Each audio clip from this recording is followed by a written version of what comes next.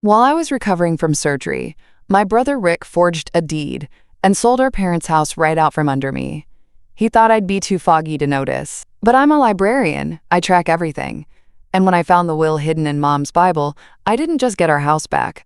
I made sure everyone knew what he did to get it. I hadn't been gone that long. Just 2 weeks. 2 weeks in the hospital recovering from surgery.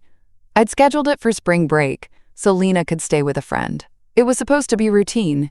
Get in, get out, rest. I'd left my brother Rick a key in case of emergencies. And now, this? I parked and walked up to the front steps. There was no welcome mat, no wind chimes, just the hollow echo of my footsteps as I rang the bell that used to play Somewhere Over the Rainbow. Now it was a flat electronic ding. The door swung open, and there he was. Rick, grinning like he'd just won a prize at the fair. "Well, look who's finally upright," he said, stepping aside like he lived there. Because apparently, he thought he did. I stepped inside on autopilot, eyes scanning the living room. Gone were Mom's floral couches. The bookshelf with Dad's first edition baseball cards, gone. The framed cross-stitch Lena made in 5th grade, gone. In their place were shiny new furnishings that looked like they belonged in a real estate showroom. "Where is everything?" I asked, voice hollow. Rick crossed his arms, smug. "Sold it. We had to stage the place, you know. Buyers want clean lines." "Buyers?" My throat dried. He shrugged. "You signed it over, remember? The quitclaim deed? Said you didn't want to deal with it anymore." I stared at him. "What?" "You signed it," he said again, a little more firmly, like saying it louder would make it true. "You must have been on pain meds, I guess. Look, I took care of it for you. You'll thank me when the check clears." The rage didn't come right away. Just a quiet coldness. I had no memory of signing anything. I was under anesthesia for the first 2 days, foggy for another 3. I hadn't touched legal documents. I hadn't even checked my phone. "You forged my signature," I said, the realization landing hard. "You sold Mom and Dad's house." He laughed. "It was never just yours. They left it to both of us. I just took initiative." "No, they left it to both of us because I moved in. I took care of them. You barely visited." "Details." Rick waved a hand. "Besides, it's not like you can prove anything." That's when Lena stepped out from behind me, clutching her overnight bag. "You left the Bible by the bed," she said softly. Rick blinked. "What?" Lena looked up at me, her dark eyes steady. "The zippered one. With the flower cover. You said Grandma kept important stuff in there." I felt my stomach flip. The will. The original, handwritten, witnessed one. The one Mom had insisted on keeping in that Bible, tucked away under her bed. The one that explicitly said the house would go to me, on the condition I cared for them until the end, which I had. Rick didn't know I'd found it a year ago and scanned a copy to my cloud drive. And the original? Still in that zippered Bible case. I looked him dead in the eye. "You really should have read the fine print." He actually had the audacity to smirk. "I don't know what kind of pain meds you were on, Karen," Rick said, settling onto the edge of Dad's old recliner like it belonged to him. "But you signed it. The papers are filed. I've got a deed with your signature on it, and a notary stamp. It's done." I didn't sit down. Couldn't. I stood frozen in the entryway, my fingertips tingling. "You forged my name," he shrugged. "You're not exactly a calligraphy expert yourself. Who's to say?" Lena's hand slid into mine, quiet but firm. She was watching him like a hawk, her teenage instincts sharper than most grown adults. I could see the wheels turning in her head. "You changed the locks," I said, my voice cracking for the first time. Rick stood again, more defensive now. "Like I said, it's sold. Can't have strangers waltzing in and out. The open house is this Saturday, by the way. Hope you'll be gone by then." "You're holding an open house while I'm still recovering from surgery?" I asked, my voice rising. "I gave you 2 weeks," he snapped, his cool demeanor cracking just a hair. "What more do you want? A parade?" The floor under me felt like it tilted. 2 weeks ago, I was lying in a hospital bed with IV lines in both arms, trusting my brother to water the plants and bring in the mail. Not to list my home. Not to strip it of everything familiar. Not to hand it off to strangers. "Where's Mom's sewing machine?" I asked suddenly. He blinked. What? It was in the corner, by the fireplace. The old Singer machine from the 1950s. Where is it? His eyes shifted. It didn't match the staging. You threw it out? She's not here anymore, Karen. And neither's Dad. You can't live in the past. I turned, walked toward the curb. I'd passed something on my way in, a pile of trash bags and old furniture. There it was, sitting out by the garbage like it meant nothing. Her sewing machine. The one she used to make my Halloween costumes. The one Lena learned to stitch on. I crouched down beside it, heart in my throat. The cord was frayed, but the foot pedal was still taped up the way Mom used to do it. There was even a fabric scrap still caught in the needle.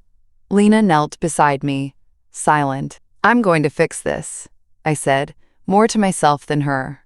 From the porch, Rick called out, You're welcome to take anything that's on the curb. Consider it a parting gift. I didn't answer. I just stood, took Lena's hand again, and walked back to the car. The machine would come with us, and I wasn't going to let that house go without a fight. I didn't sleep that night. While Lena did her homework at the dining table of our small rental, I sat on the couch with my laptop, combing through county property records until my eyes blurred. And sure enough, he had filed a quitclaim deed 2 days after my surgery. The notary's name was a woman I didn't recognize. The signature? Close, but not mine. I knew because I'd written enough overdue library slips in my life to recognize how I loop my R's. Whoever signed this one didn't know I dot my I with a short tilt. But it didn't matter. Paperwork like that doesn't just vanish. Once it's filed, it becomes real, until you prove otherwise. Which meant I needed something stronger than my gut. That's when I remembered what Lena had said in Rick's living room. The zippered Bible. I grabbed my keys. It was late, after 10. But the one thing Rick hadn't bothered to change, yet, was the old garden shed. And I still had the spare key hidden behind the fence post. I drove straight back to the house. No headlights, no noise. The garden shed smelled of cut grass, mildew, and memories.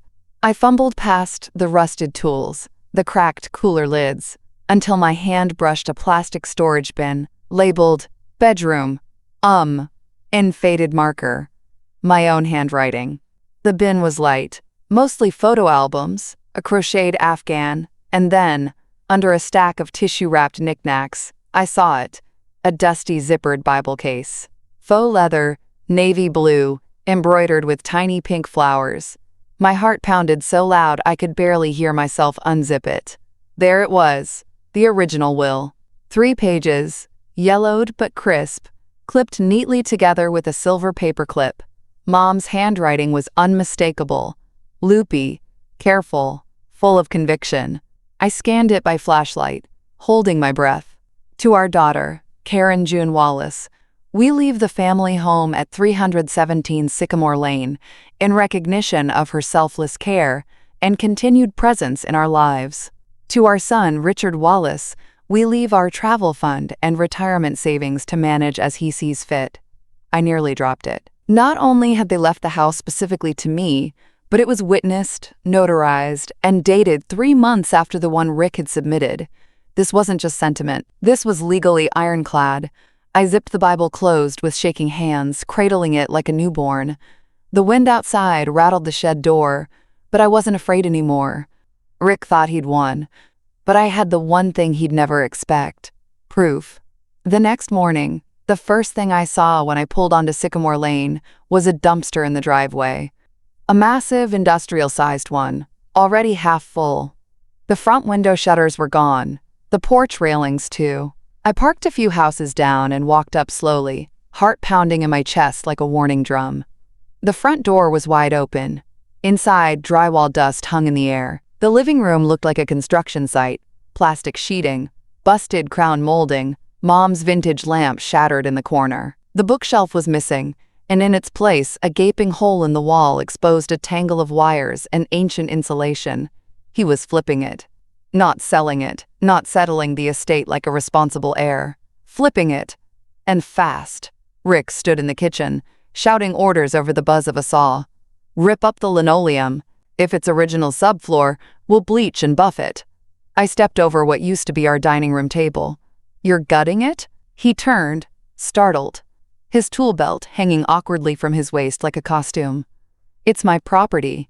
I can do what I want with it." "Correction," I said, holding up the zipped Bible case in one hand. "Our late parents' property. Or did you forget Mom's handwriting?" He scoffed. "That thing? You think some ancient will's gonna hold up after I've already transferred the title? It's newer than your forged deed. Signed, witnessed, and notarized. You want to roll those dice in court?"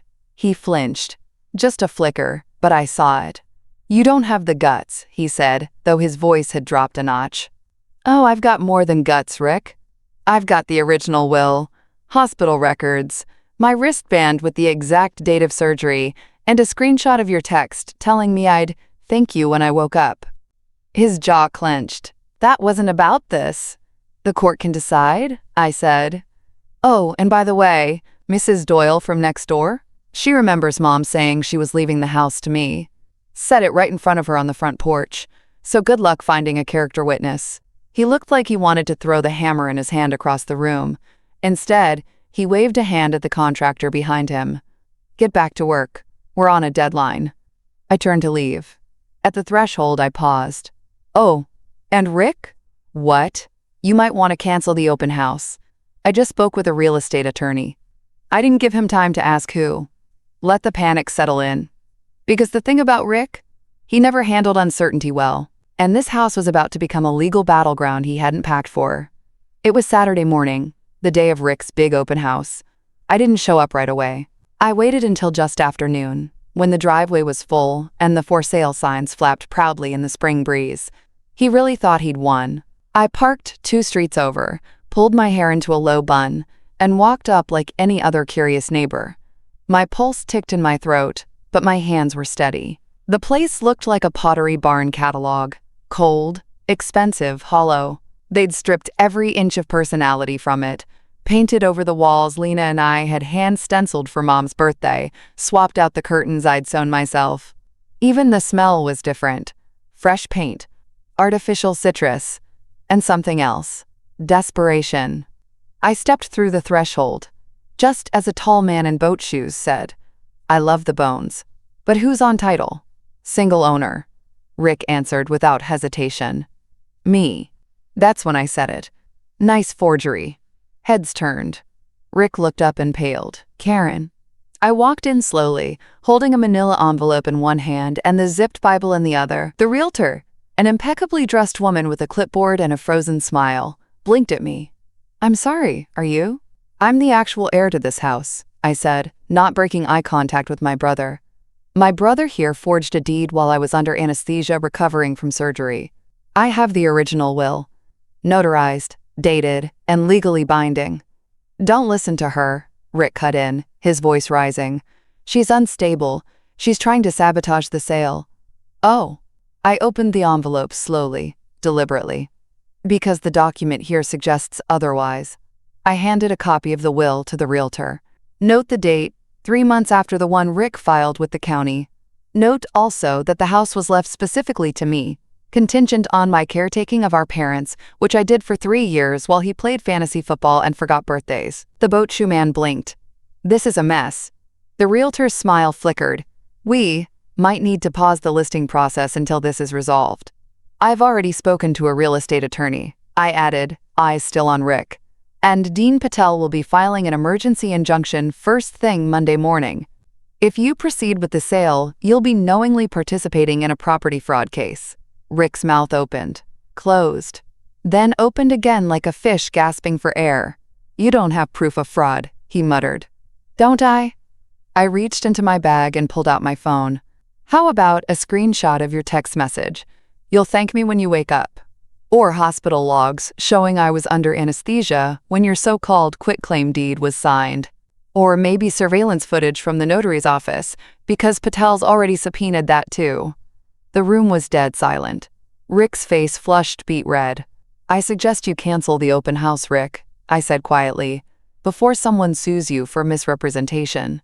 I turned to leave, walking slowly, every step louder than the last on those freshly bleached floors. From behind me, I heard the realtor murmur, "I'll be in touch once you sort out the title issue." Rick didn't follow me out. And that silence? That was the sound of control slipping from his fingers. On Monday morning, I walked into Dean Patel's office with a copy of the will in one hand and a hospital bracelet still tucked in my purse. He didn't need long. "This isn't a gray area," he said, sliding his glasses down to study the signature Rick had filed. "This is fraud, plain and provable." Patel was a calm man, always impeccably dressed, always precise. I liked that. He asked for the dates of my surgery, the name of the hospital, and the exact time Rick had filed the quitclaim deed. I gave him everything: my wristband, the text messages, even a voicemail Mom had left 6 months before she passed. "You and Lena will always have this home," she'd said. "It's yours, baby. Just promise me you'll plant those purple tulips in spring." I'd saved it. Of course I had. Patel smiled faintly. Between the will and that voicemail, he's done. That same afternoon, his office served Rick a cease and desist letter and an official motion to challenge the deed transfer. The sale was halted.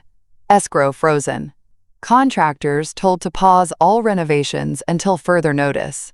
And then came the notary. Turns out, she was a friend of Rick's from high school, barely credentialed and known to cut corners. She'd notarized the signature without me present. Claimed I'd, quote, dropped off the form and asked her to stamp it quick. Except there was one problem. I'd been in a medically induced haze when the deed was signed. IV in arm. Monitored around the clock. The date of the notary stamp lined up exactly with the day I couldn't even form a full sentence. Patel filed a formal complaint with the Secretary of State. Her license would be investigated, possibly suspended. That day, I told Lena as we left the courthouse, I learned what a notarized lie smells like. She looked up from the passenger seat. "Like what?" I smiled without humor. Cheap cologne and fear. We drove past the house on Sycamore Lane, and I saw Rick standing outside next to the half-gutted porch. Contractors were packing up. One of them pointed at a notice taped to the door. "Property dispute under legal review." Rick ripped it down with a growl and crumpled it in his fist. I didn't stop. He'd see me again. In court. With the will. The witnesses. The voicemail. The truth. And the Bible case that started it all. The story hit the local paper on a Thursday. I was shelving biographies at the school library when my phone buzzed. Mrs. Doyle had texted me a screenshot of the headline. Bold and impossible to miss. Brother or betrayer? Woman claims sibling stole inherited home while she recovered from surgery. Below it was a photo of the house on Sycamore Lane. My house, half demoed. A construction tarp flapping behind Rick like a shameful flag. I stared at it, stunned.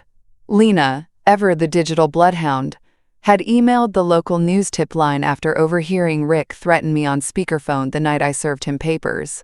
She'd attached the will, the text messages, even the voicemail from Mom. Apparently someone had listened. By lunchtime, 3 other outlets had picked it up. One headline read, "Family fraud? Woman fights to reclaim home from brother's alleged forgery scheme." Rick was in for a rough day. He called 3 times that afternoon, once from a blocked number. I didn't answer. Then a 4th time, this one from his girlfriend's phone. "Karen, you need to get this pulled," he said the moment it went to voicemail. "You've made your point. Enough. This is family. You think people at my job aren't seeing this? You want me to lose everything?" I didn't delete the voicemail. I forwarded it straight to Patel. That night, I got a call from a journalist at the Herald Tribune. She wanted to do a follow-up. Said she was especially moved by the voicemail from Mom and the hospital records. She asked if I'd be willing to speak on the record. I said yes. Rick used my recovery as a window to steal something our parents meant for both of us, I told her. He thought I wouldn't notice. Or maybe he thought I'd be too polite to fight back. But some things are worth fighting for. The piece aired Sunday night. My inbox exploded. Former classmates. Neighbors. A nurse from the hospital.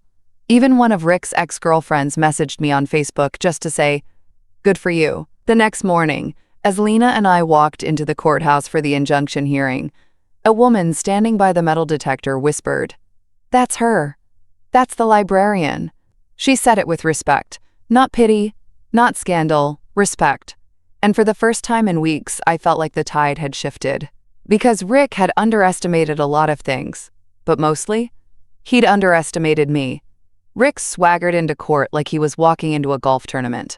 Khakis too tight, blazer too bright, and that same overconfident smirk plastered across his face. He even nodded at the clerk like she might ask for his autograph. He didn't see me sitting in the back row. Didn't notice Lena beside me, earbuds in, pretending not to watch him like a hawk. He definitely didn't see Dean Patel walking in behind him, briefcase in hand, expression unreadable. Cool. Controlled. The way a storm is right before it hits. I leaned over to Lena. "Watch him unravel," I whispered. The judge called our case, Wallace versus Wallace. And just like that, my brother's day started to crumble. Patel went first. He laid it all out with surgical precision. The forged deed, the notary's misconduct, the timing of my surgery, and the conflicting wills. He even played the voicemail from Mom aloud in court. "You and Lena will always have this home." Rick didn't look so smug after that. Then came the documentation. The hospital's time-stamped surgery log. The text Rick sent me, "You'll thank me when you wake up." A photo of the original will next to the notary's, showing the real signature alongside the sloppy imitation. "Your Honor," Patel said, "my client was medically incapacitated at the time of the property transfer. We are not alleging confusion or error. We are alleging deliberate fraud." Rick's lawyer, clearly hired in a panic, fumbled for a response. "Mr. Wallace acted in good faith," she stammered. "He believed his sister had agreed." "He believed?" The judge interrupted, arching an eyebrow. "That's not how property law works, counselor. You don't believe someone signed their rights away. You prove it." Patel smiled faintly.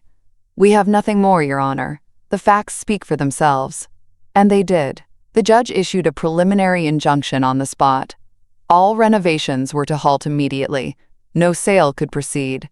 And full review of title was to be fast-tracked. Rick was told, in no uncertain terms, to vacate the property until the court could make a final ruling. He stood frozen, mouth opening to argue, but the bailiff stepped forward a little too eagerly. "Court is adjourned." Lena and I walked past him slowly, the echo of our heels on the marble floor, louder than anything he said. Outside, under the gray April sky, she squeezed my hand. "That felt like justice." I smiled, but my voice was steady. "Not yet, but it's coming." Because Rick thought this was over. He thought I'd be too tired, too embarrassed, too passive. But what he didn't know, this librarian doesn't lose track of anything. Not facts, not documents, and certainly not betrayal. 3 weeks later, I unlocked the front door to the house on Sycamore Lane, with my name, only my name, restored to the deed. No more lawyers. No more hearings. The court had ruled swiftly. The forged quitclaim deed was void. The will Mom and Dad had signed, tucked away in that old floral Bible, was deemed valid and final. Rick didn't even show up to the last hearing. Word was, he'd skipped town. Quietly, like a balloon that finally ran out of air. I stepped inside and stood there in the hollowed-out entryway, dust still clinging to corners, paint cans abandoned mid-project. But this time, it didn't feel like grief. It felt like a blank canvas. The first room I restored was the workshop. Dad's old haven out back had been Rick's target for a wine cellar conversion, probably to impress one of his golf buddies. But to me, that space was sacred. It still smelled faintly of sawdust and lemon oil. His tools were gone, sold or tossed, but the workbench was still there. So was the outline of his pegboard, the faded pencil marks for measuring trim, the scratches where he'd carved my name into the edge when I was 12. I cleaned it top to bottom. Then I started bringing in shelves. It began with a few boxes of donated books from the school. Then Lena helped me sort through what I'd saved from years of working in the library system. We repainted the walls a soft, creamy yellow, Mom's favorite, and opened the old window wide. And just like that, it became something new. A reading room, a community shelf, a quiet place for thinking and healing. We called it the Wallace Library. Simple, unassuming, and open to anyone on the block who needed a place to sit with a story. Rick's name? Scrubbed from every legal document. Gone from the mailbox, deleted from the Wi-Fi. I even renamed the home network something poetic. Trust wins 24. Lena got a kick out of that. This house feels like it exhaled, she said one afternoon, curled up in the reading chair. And she was right. It wasn't just mine again. It was whole again. It felt like home. Next Thursday at evening, rain had just started, a soft drizzle tapping against the library windows as I cataloged a box of donated poetry books. Lena was upstairs working on a school essay. I had Miles Davis playing low on the old Bluetooth speaker. And then 3 sharp knocks on the front door. I didn't need to look. I felt it. I opened the door slowly, already bracing myself. And there he was. Rick. Drenched from the rain, hoodie pulled up, eyes hollow. He looked nothing like the man who'd barked orders at contractors and bragged about escrow timelines. He looked deflated. "Karen," he started, rubbing water from his eyes. Can we talk?" I didn't move. "You want to talk now?" "I messed up," he said, shifting from foot to foot. "I got some bad advice. That notary said it wasn't a big deal. I didn't know it would go this far." "Forging my signature while I was under anesthesia?" I asked. "Selling our parents' house out from under me? Dumping Mom's sewing machine on the curb? Which part wasn't a big deal?" He exhaled, sagging. "I lost everything. You know that, right?" "You mean your reputation?" I said. "Your real estate license? Your investors pulling out after they saw your name in the paper?" He looked up sharply. I didn't flinch. "I was angry," he muttered. "They gave you everything. You were always the favorite." A bitter laugh escaped my throat. "You didn't show up for 6 months while Dad was dying," I said. "You called once. Once. And when I found Mom crying on the porch because you skipped her birthday dinner again, I told her to let it go." I stepped outside, closed the door behind me. "You weren't left out, Rick. You were trusted with what they knew you could handle. You cashed out their retirement fund. You got their savings. And then, when it wasn't enough, you came for the one thing I had left." "I didn't think you'd fight me," he admitted. "You were always the quiet one." "Quiet doesn't mean weak," I said. He looked past me toward the house. "I saw what you did with the workshop. You're not coming in." His shoulders dropped, water dripping off his sleeves. "You really hate me now, huh?" "No," I said after a moment. "But I don't trust you. And I don't owe you comfort." He looked away. "Lena still asks about you," he said, as if that might cut me. I nodded. "She also watched you lie to her mother's face. Kids don't forget that." He took a step back, his sneakers squishing in the puddles. "Well, guess this is it." "Yeah," I said quietly. "It is." He turned and walked down the steps, slower than he'd arrived. No big scene. No parting insult. Just silence. I closed the door, locked it, then leaned against the frame and exhaled, long and deep. He was right about one thing. This was it. The last chapter in a story that had started with betrayal and ended with the truth holding all the power. And me? I wasn't just the quiet one anymore. I was the woman who refused to be erased. The day the final ruling came in, I didn't throw a party. I didn't post about it. I didn't even call anyone right away. Instead, I went to the garage, pulled out Dad's old red toolbox, the one I'd cleaned up from the shed, and carried it down the front walk. That mailbox? The one Rick had yanked out like it was a weed? I found the same style at a salvage yard 2 towns over. Black iron, flag still intact, base a little wobbly.